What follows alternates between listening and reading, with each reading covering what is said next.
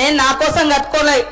Government ఒక దళిత బిడ్డగా deputy CM గారికి మరి కేసీఆర్ గారు కట్టినటువంటి ఆ భవనం ఇచ్చారు. వైఎస్ఆర్ గారు కట్టినటువంటి భవనం నాకు ఇవ్వడం జరిగింది. అది మినిస్టర్ క్వార్టర్స్ లాగా వచ్చింది అంతే తప్ప నా కోసం నేను ఆర్భాటం కోసం కట్టించుకున్నది కాదు. కాబట్టి అలాంటి మాటలు మాట్లాడేటప్పుడు అది అదే 5 ఎకరాలు ఉన్నది కూడా అని నేను అనుకోవడం లేదు. అది క్వార్టర్స్ ఇచ్చారు, అందులో మేము ఉన్నాం అధ్యక్ష, అంతే తప్ప అది నా సొంతం కాదు. నేను ఏదో దాన్ని ఇంకా ఒకసారి వచ్చి దయచేసి కౌశిక్ రెడ్డి గారు రావాలి ఆ క్వార్టర్స్ కు. అలా సీతక్క ఏమన్నా వేరే డబ్బులు పెట్టించి ఏమన్నా చేసిందా అని ఒక్కసారి చూడాలి.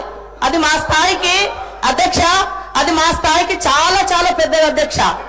అది మేము ఉండేది ఇవాళ నా కొడుకు కూడా హన్మకొండలే ఉంటాడు. మా స్థాయికి చాలా పెద్దది అది.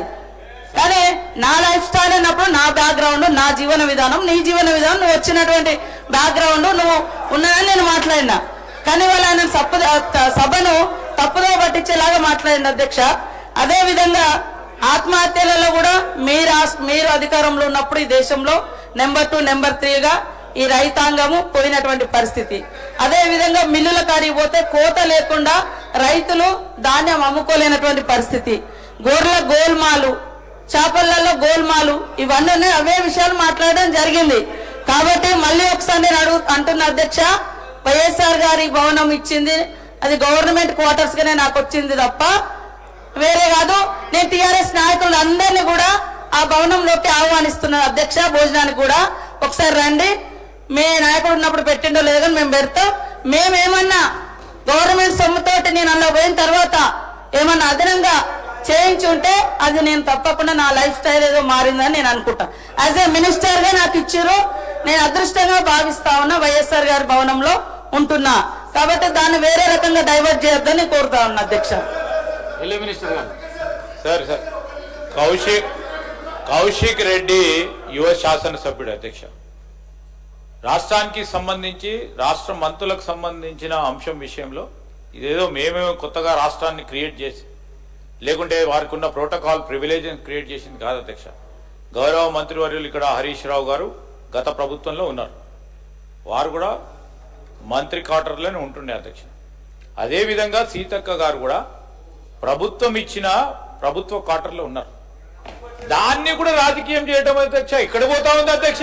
ఇది ఏంది అధ్యక్ష? ఇదా వారు నేర్పించేది అధ్యక్ష? వారు ఏంది అధ్యక్ష? మా హరీష్ రావు గారు ఆ విధంగా నేర్పిస్తా ఉన్నారా ఏందో చెప్పండి అధ్యక్ష. ఏంది అధ్యక్ష ఇది? ఇదే ప్రభుత్వ పరంగా మేము కూడా ప్రభుత్వ క్వార్టర్లో ఉంటాము, వారు కూడా ప్రభుత్వ క్వార్టర్లో ఉంటారు. ప్రభుత్వం ఇచ్చిన వసతికి సంబంధించిన అంశం విషయంలో ఎమ్మెల్యే క్యాంప్ ఆఫీస్ లో మా కౌశిక్ రెడ్డి ఉంటాడు అధ్యక్ష. ఎమ్మెల్యే క్యాంప్ ఆఫీస్ లో మా కౌశిక్ రెడ్డి ఉంటాడు. మేము అంటాం అధ్యక్ష, ప్రభుత్వం ఇచ్చింది ప్రభుత్వానికి సంబంధించిన అది ఈరోజు ఈక్వల్లీ ఉంటుంది. ప్రభుత్వం ఇచ్చిన క్యాంప్ ఆఫీస్ అక్కడ ఎమ్మెల్యే క్యాంప్ ఆఫీస్. ఆ రోజు వైఎస్ఆర్ కట్టుండొచ్చు, ఇంకోటి కేసీఆర్ కట్టుండొచ్చు. అరే ఏదే యువకుడు మర్యాదగా మాట్లాడాలా? సీతక్క గారికి సంబంధించి మరి వారు ఒక ఆదివాసి సంబంధించి వారి ప్రాతినిధ్యం వహిస్తా ఉన్నారు. రాష్ట్ర వ్యాప్తంగా ఉన్న ప్రజల తరఫున వారు ప్రాతినిధ్యం వహిస్తున్నారు అధ్యక్ష. వారిని ఆ విధంగా మాట్లాడటం ఏంటి అధ్యక్ష?